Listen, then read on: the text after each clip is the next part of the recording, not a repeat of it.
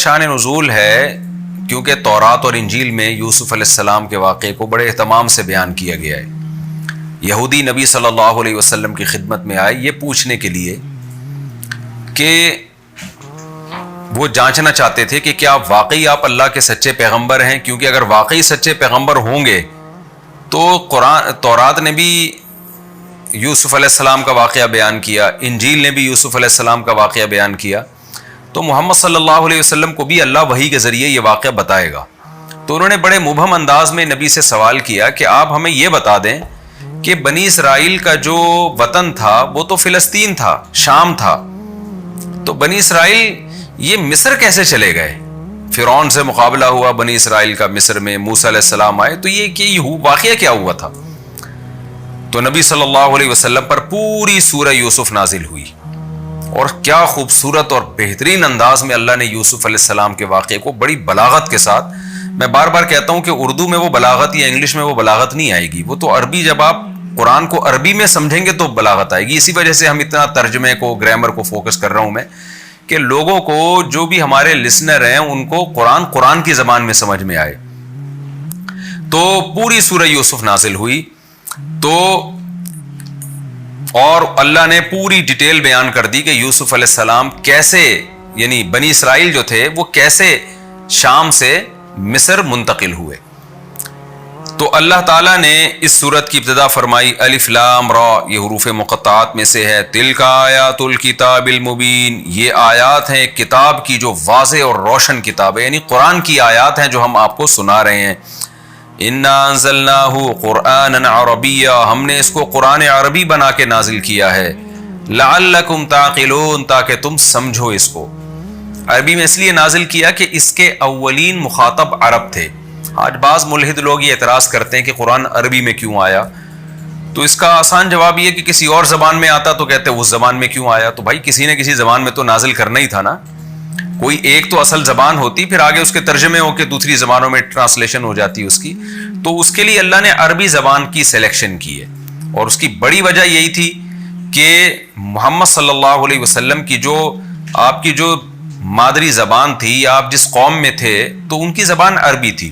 تو یہ کیسے ممکن ہے کہ محمد صلی اللہ علیہ وسلم کو پیغمبر بنایا جا رہا ہوتا اور جو آپ پر کتاب نازل کی جا رہی ہے وہ فارسی زبان میں ہوتی؟ تو یہ تو بالکل ایک حماقت کی بات ہوتی.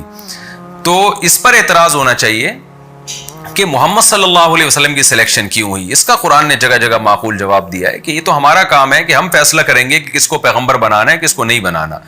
تو نبی صلی اللہ علیہ وسلم کو اللہ تعالیٰ نے نبوت کے لیے جو سلیکٹ کیا، تو اس کی وجہ یہی تھی کہ آپ صلی اللہ علیہ وسلم سے زیادہ کوئی بھی اس کام کا، اس نبوت کا بوجھ اٹھانے کا اہل نہیں تھا. تو اللہ نے جب نبی صلی اللہ علیہ وسلم کا اور عرب قوم کا جو قریشی تھے ان لوگوں کا انتخاب کیا، تو ظاہر قرآن انہی کی زبان میں آتا تاکہ وہ سمجھتے اور پھر ان کے ذریعے آگے دنیا سمجھتی. تو قرآن کہتا ہے ہم نے اس کو عربی میں نازل کیا تاکہ تم سمجھو. اور اس کے علاوہ بھی بہت ساری خصوصیات ہیں عربی زبان کی جو بڑے بڑے محققین اعتراف کر چکے ہیں کہ قرآن کے لیے جو عربی کا انتخاب کیا گیا اس کی بہت ساری وجوہات ہیں، اور اس میں عربی زبان میں کچھ ایسی چیزیں ہیں جو بعض دوسری زبانوں میں نہیں ہیں. اس طرف میں جاؤں گا تو بات لمبی ہو جائے گی، لیکن یہ سلیکشن اللہ کی طرف سے بلا وجہ نہیں ہوئی، ایک اتفاق نہیں ہے، بلکہ اس میں بہت بڑی بڑی حکمتیں تھیں. نحن نقص علیک، ہم آپ کو سناتے ہیں احسن القصص، واقعات میں بہترین واقعات. تو احسن القصص تمام واقعات میں سب سے بہترین. تو دیکھیں عبرت کے لحاظ سے تو قرآن کی تمام صورتیں سب سے بہترین ہی ہیں. تو اس صورت میں جو ہمیں امتیاز نظر آتا ہے نا باقی صورتوں کی نسبت، وہ ہے حسن ترتیب. آپ قرآن میں موسیٰ علیہ السلام کا واقعہ دیکھیں، بکھرا ہوا واقعہ ہے. بعض واقعات بعد میں ہوئے لیکن قرآن بیان پہلے کرتا ہے، بعض پہلے ہوئے لیکن قرآن بیان بعد میں کرتا ہے. سورہ یوسف ایک ایسی صورت ہے جس میں A to Z یوسف علیہ السلام کے واقعے کو بڑی ڈیٹیل سے اور بڑی تفصیل سے بیان کیا گیا ہے کہ واقعہ سننے میں بھی لطف آتا ہے، مزہ آتا ہے. تو ایک بہت بڑی وجہ یہ ہے. دوسری بات علماء نے بیان کی ہے کہ اس صورت میں جو علمی نکات ہیں جو علماء نے غور کر کے نکالے ہیں وہ 100 سے بھی زیادہ ہیں، بلکہ اس پر رسالے لکھے گئے ہیں کہ سورہ یوسف سے ملنے والے 100 اسباق. تو عام طور پر جو دیگر صورتیں ہیں ان میں جو اسباق ہمیں ملتے ہیں، یعنی جو دیگر واقعات ہیں انبیاء کے، تو ایک واقعے میں اگر کچھ اسباق ملتے ہیں تو وہی اسباق ہمیں دوسرے واقعات میں بھی مل رہے ہیں، وہی اسباق ہمیں تیسرے واقعات میں بھی مل رہے ہیں، لیکن اس میں کچھ امتیازی ہیں جو عام طور پر آپ کو دوسرے واقعات میں وہ علمی نکات ہمیں نظر نہیں آتے. تو ان بیسس پر اللہ نے اس واقعے کو احسن القصص قرار دیا. واللہ عالم، حقیقت اللہ ہی جانتا ہے. نحن نقص علیک احسن القصص، ہم آپ کو ایک بہترین واقعہ سناتے ہیں. بما اوحینا الیک ھذا القرآن، اس قرآن کے ذریعے جو ہم نے آپ پر وحی کیا ہے. وَإِن كُنْتَ مِن قَبْلِهِ لَمِنَ الْغَافِلِينَ، اور یقیناً آپ اس سے پہلے غافلین میں سے تھے، آپ کو نہیں معلوم تھا کہ یوسف کا واقعہ کیا ہے اور ان کے ساتھ کیا حالات ہوئے اور یعقوب علیہ السلام کو اللہ نے کیسے آزمایا.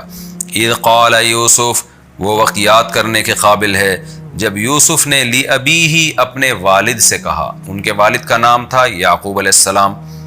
ابراہیم علیہ السلام کے دو بیٹے، ایک اسحاق اور ایک ایک اسحاق اور ایک اسماعیل.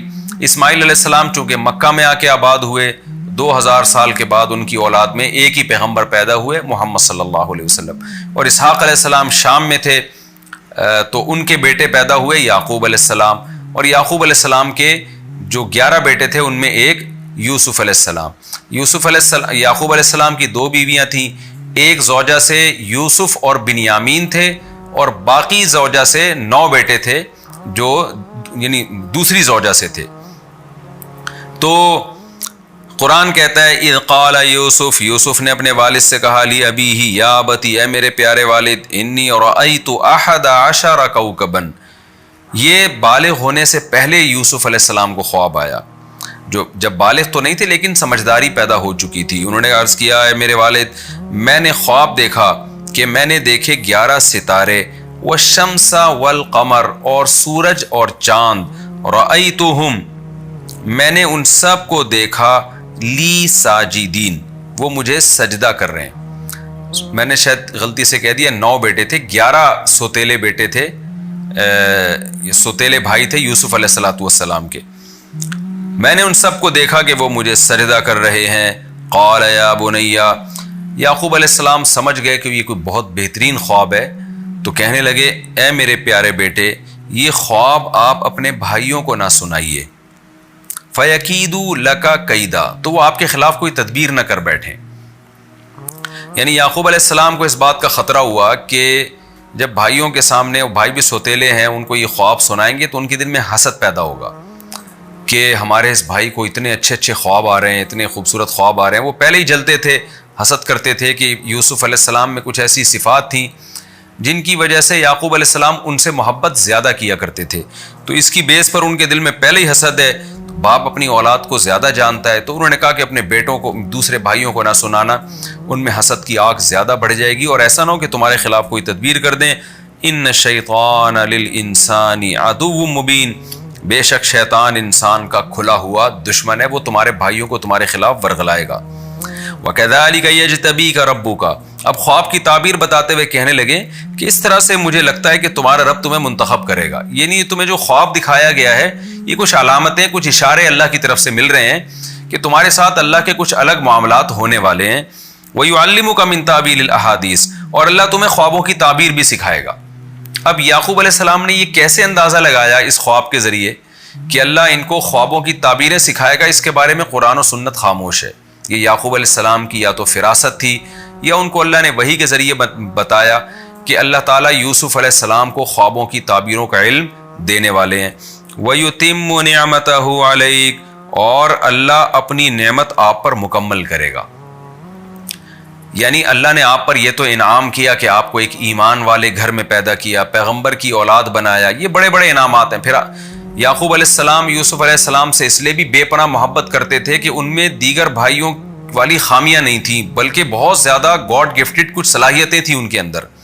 ان میں پرہیزگاری تھی، تقویٰ تھا. بچپن سے ہی وہ دیکھ رہے تھے کہ یہ جو میرا بیٹا ہے یہ دوسروں سے ممتاز ہے. کچھ چیزیں ہوتی ہیں نا بچوں میں، ہوتی ہیں کچھ اخلاقی طور پہ، بچے جھوٹ بھی بول لیتے ہیں، بچے چوری بھی کر لیتے ہیں، کچھ طرح کی چیزیں ہوتی ہیں جن میں وہ مکلف نہیں ہوتے، ان کو گناہ نہیں ملتا. لیکن بعض بچے ایسے ہوتے ہیں بچپن سے ہی ان کے اندر ایک رشد و ہدایت ہوتی ہے، ان میں لالچ ذرا بھی نہیں ہوتی، وہ دوسروں کو اپنی ذات پہ ترجیح دے رہے ہوتے ہیں.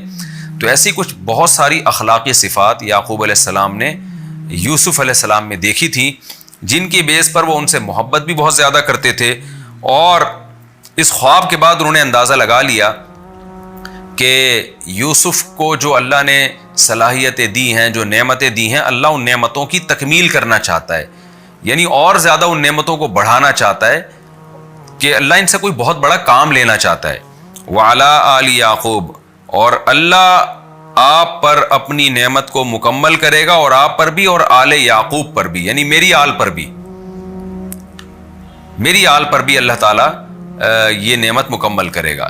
یہ یعقوب علیہ السلام نے کیوں فرمایا؟ وہ جانتے تھے کہ ابراہیم علیہ السلام سے اللہ نے بہت ساری قربانیاں لی تھی، ان قربانیوں کے صلے میں اللہ نے ابراہیم سے یہ وعدہ کیا تھا کہ میں آپ کی اولاد کو بھی نبوت سے نوازوں گا، آپ کی اولاد میں بھی خیر پیدا ہوگی۔ تو یعقوب علیہ السلام تو پیغمبر تھے جو ابراہیم علیہ السلام کے پوتے تھے، تو یعقوب علیہ السلام کو یہ خیال ہوا کہ میری اولاد میں بھی اللہ اگر نبوت کو جاری کرے گا تو ظاہر آل یعقوب پر احسان ہوگا نا، تو وہ میرے بیٹے یوسف کے ذریعے اللہ کرنا چاہتا ہے۔ اس خواب سے مجھے لگ رہا ہے کہ جو اللہ نے ہمارے خاندان پر ایک خاص فضل کیا ہے، تو اس فضل کا جو فضل چلے گا نا ہماری نسلوں میں، یوسف کے ذریعے اللہ چلانا چاہتے ہیں۔